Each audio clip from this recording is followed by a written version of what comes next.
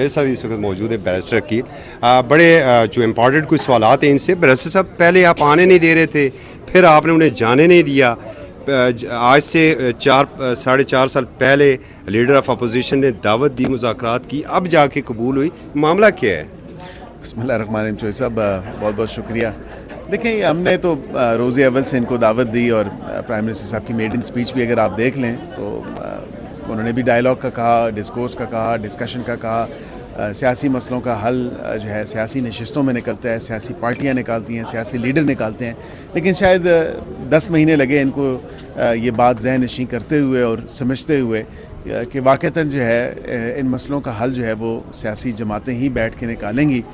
اب اگر انہوں نے کمیٹی تشکیل دے دی ہے 10 مہینوں بعد, اور اتنے بےتابی سے وہ کہہ رہے ہیں کہ ہم نے بات چیت کرنی ہے یا ڈسکشن کرنی ہے, تو کم از کم میں سمجھتا ہوں کہ تھوڑا وقت ہمیں بھی دے دیا جائے.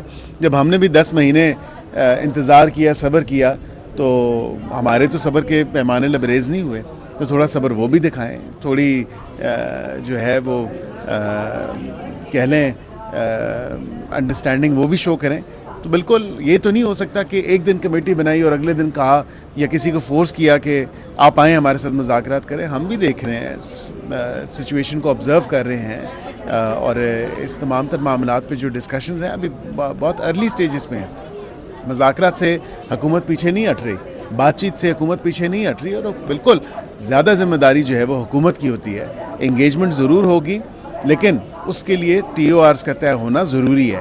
یہ نہیں ہو سکتا کہ ایک ایجنڈا یا ایک جو پیرامیٹر ہے وہ آپ خود سیٹ کر کے کہیں کہ بات ہوگی تو صرف انہی پوائنٹس پہ ہوگی, ان پوائنٹس پہ اس طرح کی بات اس طرح نہیں ہو سکتی.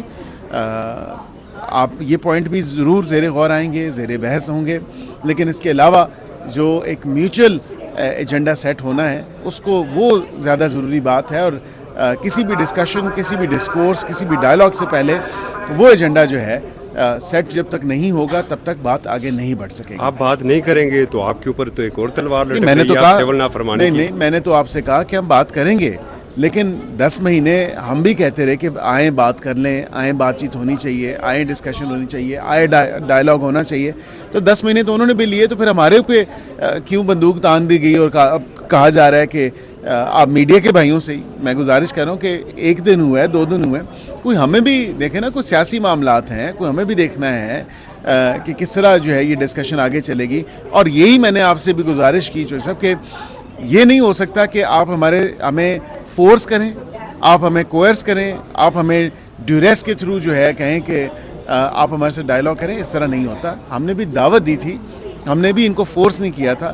ان کو سمجھنے بوجھنے میں 10 مہینے اگر لگ گئے تو 10 دن تو ہمیں بھی لگ سکتے ہیں. اس میں ایسی کیا بڑی بات. 5 سال پہلے بھی تو وہ سوچتے رہے سر.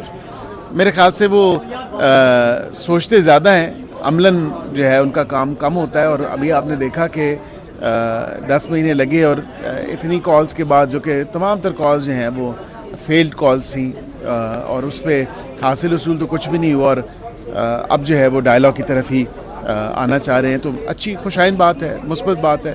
پاکستان کے قوم کے مسائل, پاکستانی عوام کے مسائل جو ہیں وہ ٹیبل پہ بیٹھ کے ہونے چاہیے. پولیٹیکل ایشوز کا پولیٹیکل ڈسکورس کے تھرو ہی حل نکلا جا سکتا ہے. بالکل صحیح. کوئی خاموش مفاہمت ہو چکی ہے پارلیمان کے اندر, کیونکہ بڑا پرامن اجلاس چل رہا ہے. میرے خیال سے بڑے عرصے بعد آپ نے دیکھا ہے کہ ایک اچھی جو ہے وہاں سے شور شرابہ یا احتجاج پارلیمان کے اندر جو ہے وہ نہیں ہو رہا. تو اچھی مثبت بات ہے. میرے خیال سے جس مقصد کے لیے ہمیں پاکستان کی عوام یا پاکستانی قوم بھیجتی ہے اس معزز ایوان میں, تو ہمیں اس پہ کام کرنا چاہیے, نہ کہ جو ہے دیگر نان ایشوز کو ایشوز بنا کے ہم بیٹھ جائیں. Thank you. بہت شکریہ.